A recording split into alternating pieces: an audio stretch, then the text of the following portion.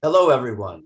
Welcome to the Medical College of Wisconsin's Coffee Conversations with Scientists, where each month MCW brings you the science behind the health topics you're hearing about in the news. The series is brought to you by the Advancing a Healthier Wisconsin Endowment, a statewide nonprofit that is working to improve health and advance health equity in Wisconsin. I am Dr. David Nelson, Associate Professor of Family and Community Medicine at MCW, and your host today. I'm thrilled to be here to talk to Dr. B. Tucker Woodson, an otolaryngologist and professor and chief in the Division of Sleep Medicine at the Medical College of Wisconsin, about the science behind sleep health. Dr. Woodson is a physician researcher who received his medical degree from the University of Missouri School of Medicine in Columbia, Missouri. He completed his residency in otolaryngology at Henry Ford Hospital in Detroit, Michigan. Dr. Woodson has dual certification in otolaryngology, head and neck surgery, and sleep medicine. He is nationally and internationally recognized expert in obstructive sleep apnea syndrome. He has lectured worldwide on issues related to surgery and sleep medicine. Dr. Woodson, welcome to Coffee Conversations. Thank you very much, Dr. Nielsen. Great to be here on this gloomy morning. We're going to cover a great list of questions today regarding the science behind obstructive sleep apnea, snoring, and sleep health in general.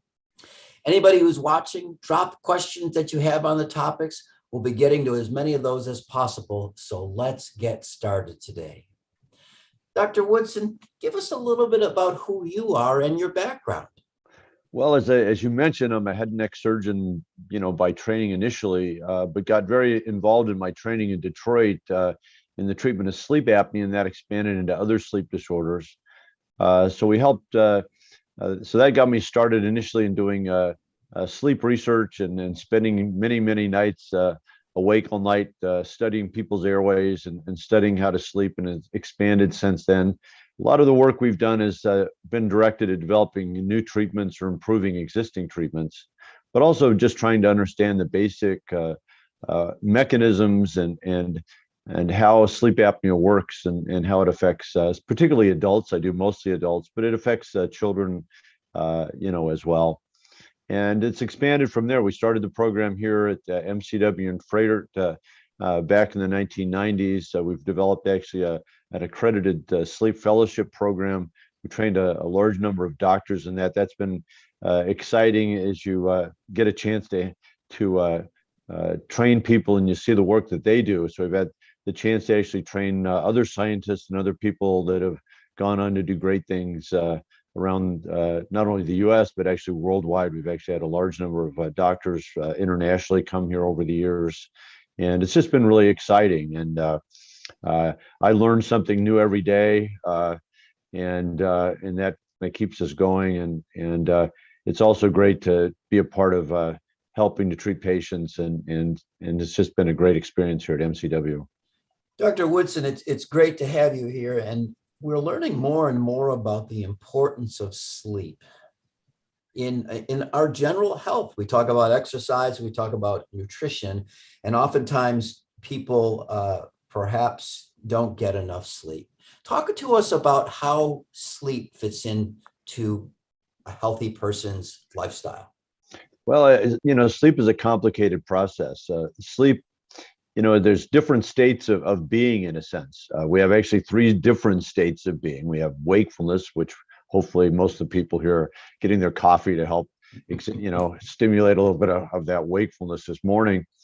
But then with sleep, there's actually two types of sleep. There's what we call non-REM sleep, non-rapid eye movement sleep, and then REM sleep. And those are actually three different physiologic states. And those are critically important to how we feel during the day, and also many of our health and physiologic processes, so that it is this really like what you say, this kind of milking stool model of global health, where you have a three-legged stool that is supporting our health. And that is, like you say, is diet's critically important, exercise, and sleep. And we're learning more and more how these all integrate together into health and disease. It affects so many things. They do integrate together. in sleep medicine, we actually divide things into different types of disorders. There's about 100 different sleep disorders that are out there that are specifically sleep-related medical problems, and we kind of divide them into both intrinsic sleep disorders and extrinsic sleep disorders. So they could be things like outside influences that affect the quality of our sleep that then affects our health. But then there are actually intrinsic disorders such as insomnia, which is a problem in usually initiating and falling asleep or staying asleep. Also, just general the quality of sleep that we have. Then there are things like sleep apnea that a lot of my medical and my research has been involved with, is in breathing disorders of sleep and things like restless legs. But then some of the fascinating things, we have parasomnias. Years ago, I remember one of my neurology colleagues referring to these as the things that go bump in the night. Those are the sleepwalking, sleep talking, the things like REM behavior disorders. But there's a long list of those. Some of those are fairly uncommon, fortunately, and some of the movement disorders, and then just how other diseases are affected by sleep. Things, just general cardiovascular things. We're seeing now in cardiac medicine, things like atrial fibrillation are affected a lot by intrinsic sleep disorders. Ultimately, the most common thing that affects sleep is lack of sleep. We'll probably talk about that as we go along. Is that we live, ever since Thomas Edison came around, in a sleep deprived world. The electric light bulb was a great advance in civilization, but kind of tough on sleep. Well, and there's also the cultural norm in America where it is this badge of honor to say to still be functioning in a high state when you're not getting enough sleep. And my wife's a family physician, and so we've spent many a night where the sleep gets disrupted for our colleagues who are working nights or working weekends and can't sleep. What do you recommend? Let's get into the health of it. What do you recommend for people about the types of sleep that they might need for good health? Well, for good health, I mean, a big part of it is there's two aspects to sleep. There's the duration of sleep and the intrinsic quality of sleep. And a lot of, the focus in medicine has been on the quality of sleep issues, things like, let's say, restless legs, insomnia, and sleep apnea. But probably one of the other half of that equation is really the duration of sleep. And as you mentioned, many people live in a world where they get inadequate sleep, and that's somewhat is deceiving because the brain requires sleep. Sleep is a biological need. If you don't get sleep, if infected animals, if they're sleep deprived for an adequate duration in time, they'll die. They'll die. And what happens oftentimes is they get physiologically stressed out. The immune system breaks down. The tight junction in the intestine will break down. They're susceptible to more infectious disease. And we've even seen that there's some large studies out there in sleep deprived populations, and those people will have more chronic disease, more risk of infection. It does affect global health. It's more than just some of the more modern medicine where we stick someone in a sleep lab and look for specific diseases. The deceiving part is our brain is very good at adapting. The brain will actually slow down in response to being impaired. And so you think you're actually functioning at 100% when in fact the brain is fooling you and you're actually not functioning at 100%. We're probably all familiar with those events with either, raising children or needing to get our taxes in tomorrow, right, and the deadline's coming in, where we've really gone and we've gotten, very, very little sleep, maybe 2 or 3 hours on a night. Sure. And we know the next day we're just totally unable to function at any high level. But unfortunately, when we're actually then functioning at lesser amounts of sleep, let's say 5 or 6 hours of sleep, we think we're actually functioning at 100% when we're functioning at a far lesser level. The challenge in sleep science is actually being able to measure that and actually extrapolate that and communicate how it really does affect us. One of the exciting things, I think, for sleep going forward, and it's just really coming to bear now, is the advent of just all this the mega data technologies that we have, the Right. Fitbits of the world. I think, in some ways, I'm coming from an era of sleep where we studied it in a sleep lab. And I think there's a new era of sleep coming along that's really going to revolutionize how we look at sleep going forward. It's really kind of an exciting time, I think, over the next few decades. Let's tug on that because you hear about the apps that are available and even some of the beds that can measure the so-called the sleep.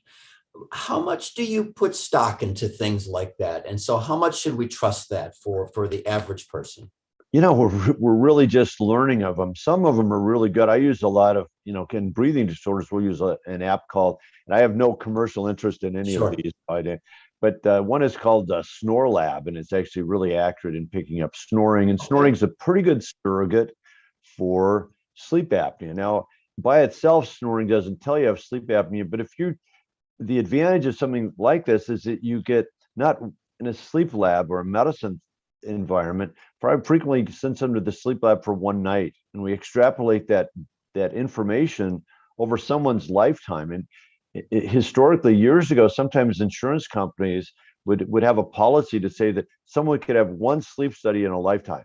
It would only cover it one. You could get one sleep study, and that was your sleep for the rest of your life was based Right. on one night. And the advantage of some of these is you can get hundreds of nights. You can do this, over a long period of time. And I think that's the advantage of the things like the Fitbits and the sleep number adjustable beds.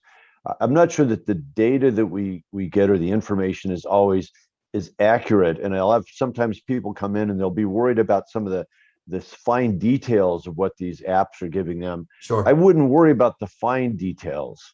But I think if you look at it on average, that the information you're getting over a month's period of time or several weeks period of time is probably useful.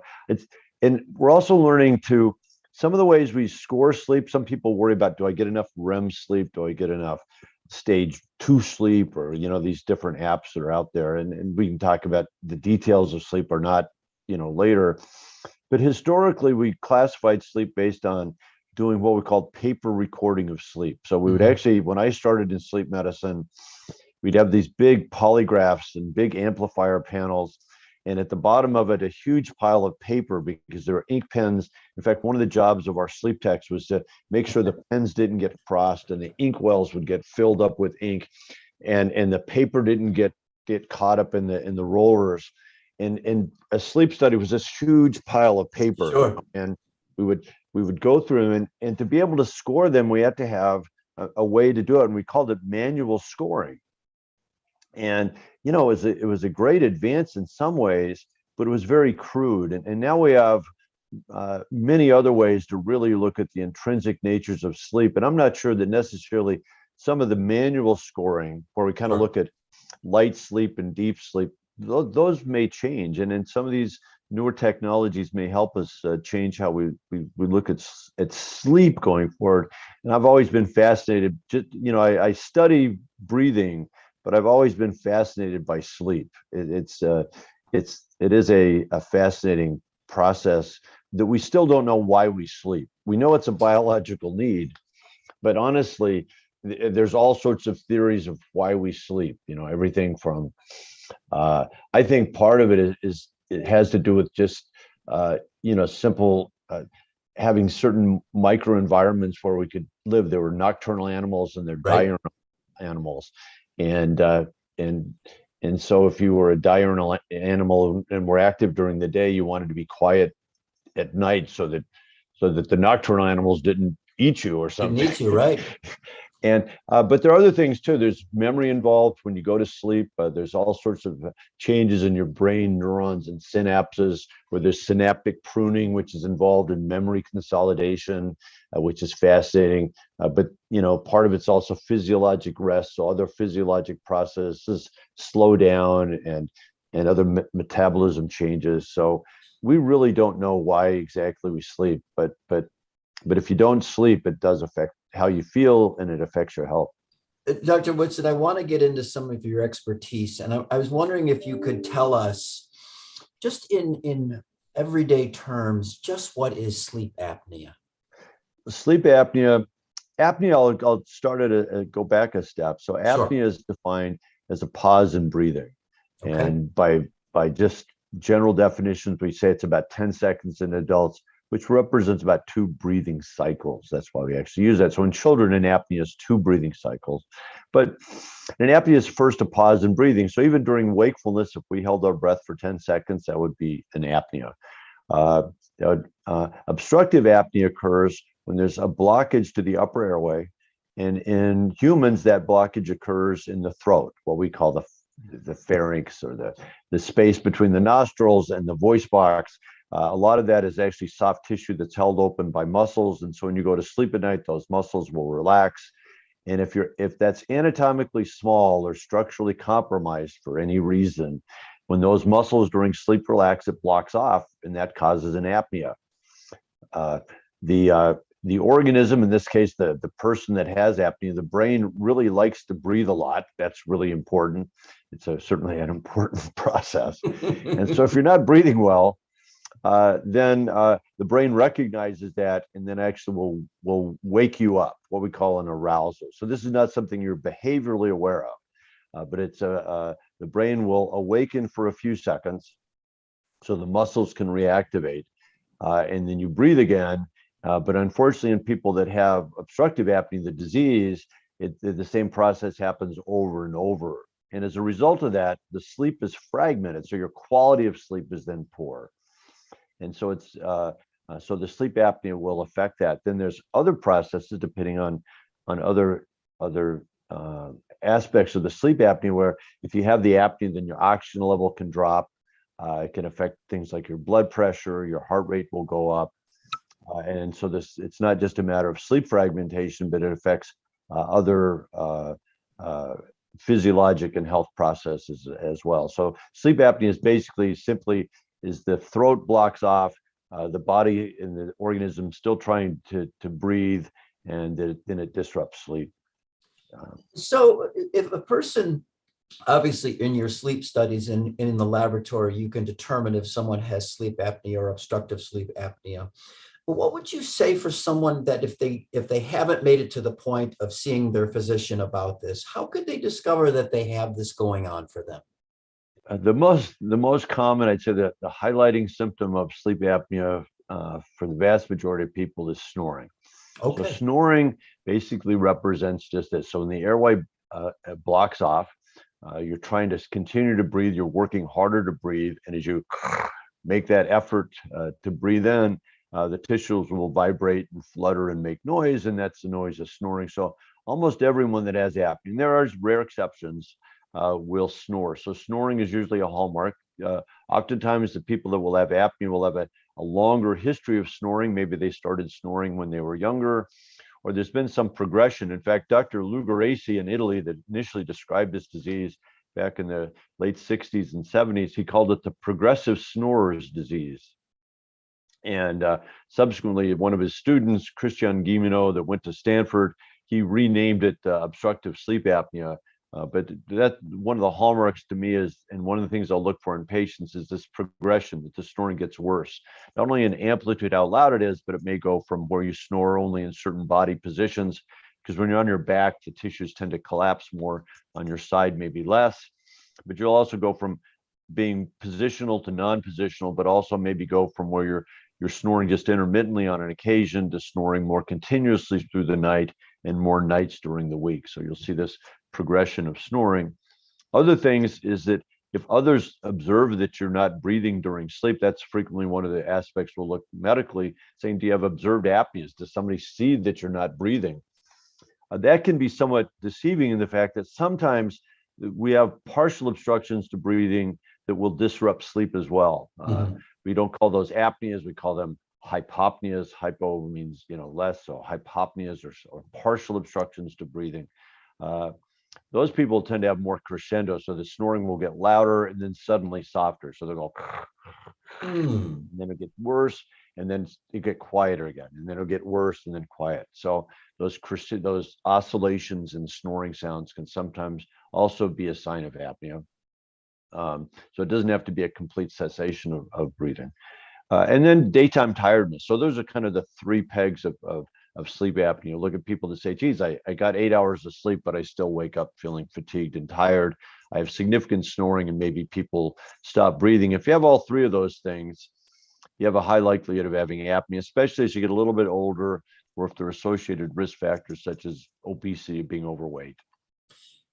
So how do I know somebody that might be listening might be going, my gosh, I have sleep apnea. What do they do? Do they go to their primary care physician first? And then what do you tell us what procedure? Absolutely. I mean, years ago when this especially first started, it was, it was a small group of people diagnosing this. And fortunately now it is something that, really every physician is aware of. They may not actively, treat people on as much, but certainly in primary care, that's the majority of sleep medicine is now practiced by your primary doctors. They order the sleep studies and oftentimes initiate at least the initial treatment regimen. So yes, the primary physician generally will take the reins and do what's needed as the first steps. Mm-hmm. And so as in the sleep medicine world, frequently I'm seeing people that have been seen before and then kind of coming in for more specialty sort of evaluation.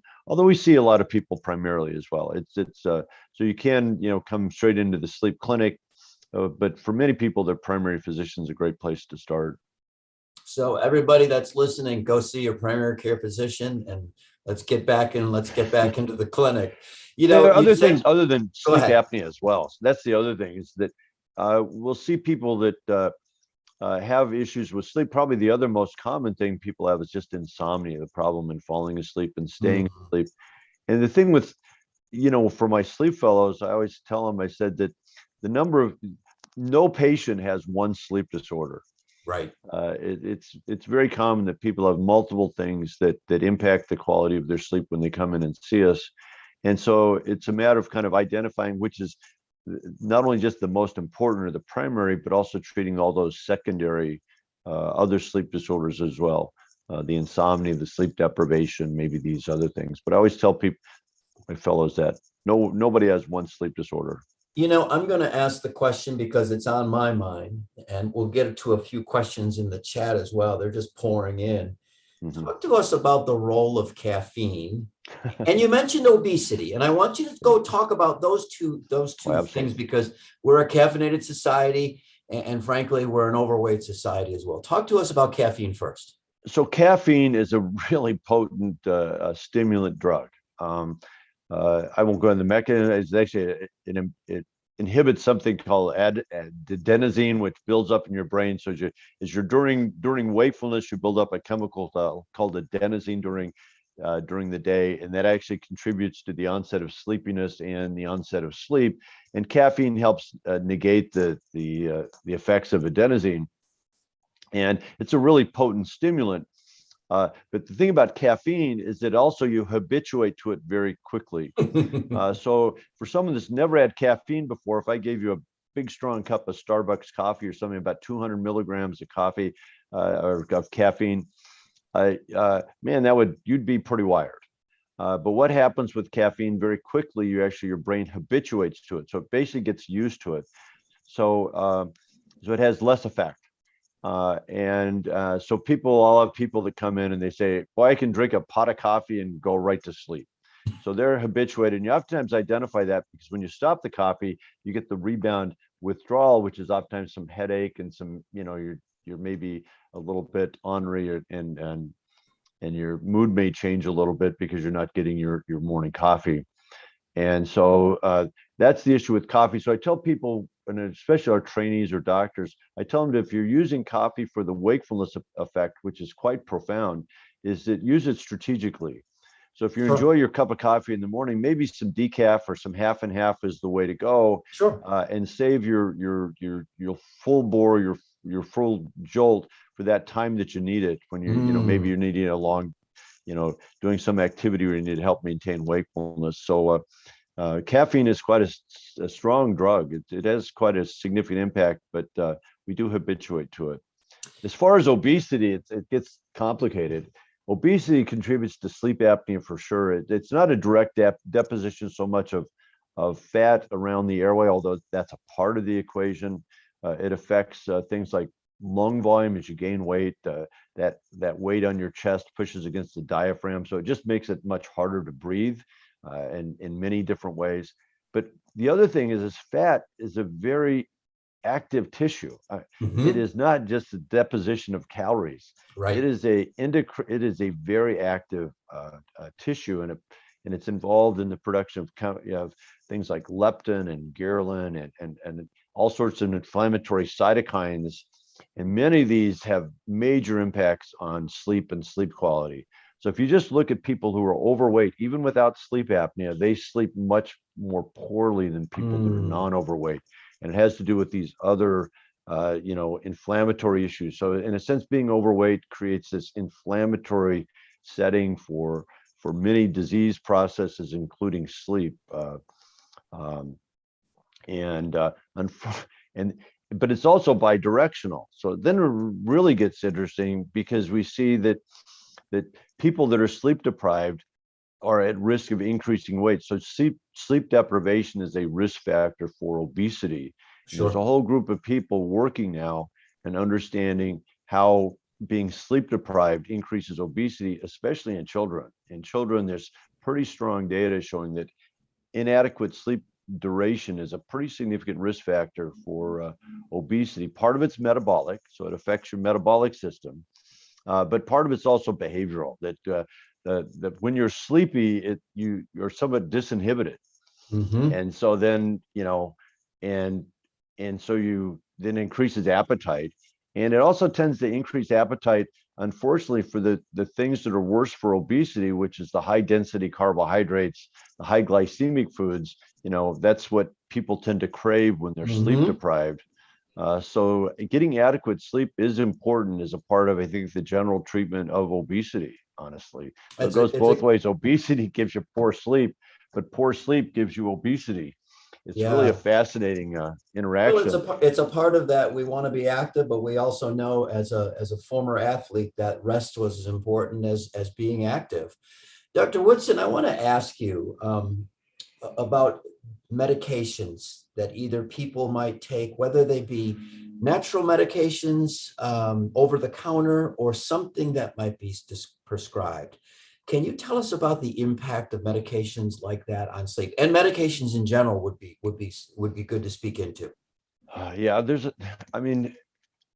probably a large number of medications affect sleep in so many different ways. As far as sedative hypnotics, the pendulum keeps swinging back and forth on the use of different medications for sleep and sleep quality. The one thing I can say is we have lots of medicines that make sleep worse. But there isn't specifically a medicine that makes sleep quality better. Unfortunately, we don't have anything like that. And that's frequently a misperception in patients that come and see me. They say, isn't there something that I can take this and I'll wake up bright-eyed and bushy-tailed? I can tell you there's a lot of things that will do the opposite, particularly things like alcohol. That's probably the worst thing for sleep that we have out there. But what we look at things that help decrease sleep latency, help people fall asleep more quickly. And those are generally best used on overall generally short durations.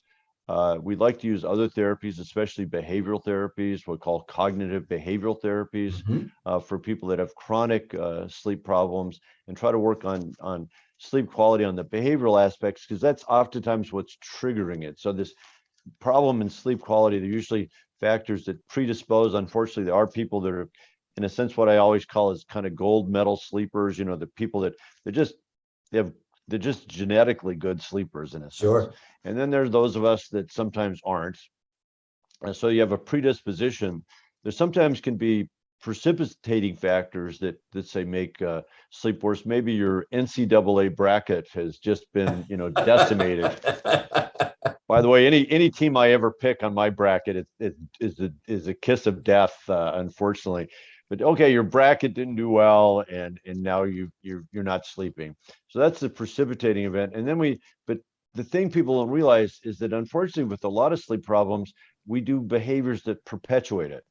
But we don't do it intentionally. Obviously, we think it's kind of like if you're a golfer, you're trying to fix your swing so you're not hitting it in the boonies someplace. but the harder you try, the worse it gets. And it's many times the same way with sleep, that many of what we try to do to compensate sometimes actually make it worse. So there's perpetuating factors. And actually the behavioral therapies can be really effective in helping people deal with both the precipitating and the perpetuating factors. And those are usually better than medications. But there are different types of medications, and certain ones are, they're advertised, or they're certainly available, but they're best for shorter durations. You talked about the idea of all of the different aspects, and I want to end on a high note. So, okay, we're talking to you as our sleep expert. Give us some tips that we should be thinking about and practicing to get a good night's sleep.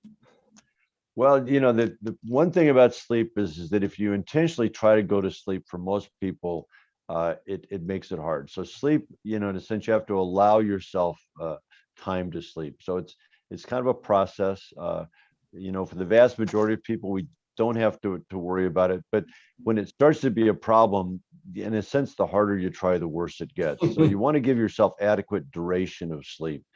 You want to make sure your bedroom environment's, quiet and comfortable, that it's not too hot or cold, that it's quiet. Many times when people have problems with sleep, they've kind of associated the bedroom environment with unconsciously with bad sleep. So sometimes, maybe getting a new comforter, or some fresh pillows, something like that is helpful. Kind of give yourself a new environment to kind of start over again, in a sense. If you don't sleep, if you're not able to fall asleep adequately, don't sit in bed tossing and turning. The harder you try, the worse it's going to get. The best thing is to break that habit, is to get up and do something quiet and peaceful for a while. I tell my patients that I have a large number of technical medical journals that put me to sleep very quickly, and I'm more than happy to loan them to people. But do that, and it doesn't have to be a long duration to kind of break that stress of falling asleep. Also realize that you're even getting sleep. As we get along, you're many times getting sleep when you don't realize that. We've learned that the brain is this complicated structure, and the parts of the brain that may give you some sense of awareness are different than other parts of your brain. So people will be in, let's say, stage 1 sleep or early stage 2 sleep, and actually feel like they're awake, but they actually are getting some rest. So sometimes people come in and they're very distressed that they literally feel like they haven't slept in days. And in fact, they probably have, but the brain can fool you in that way. So getting rest is important, as well. A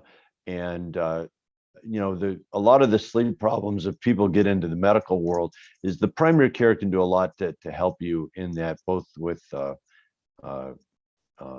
biofeedback and cognitive behavioral therapies, but and sometimes medication. But those are, I'd say, the biggest thing is to allow you the time to sleep.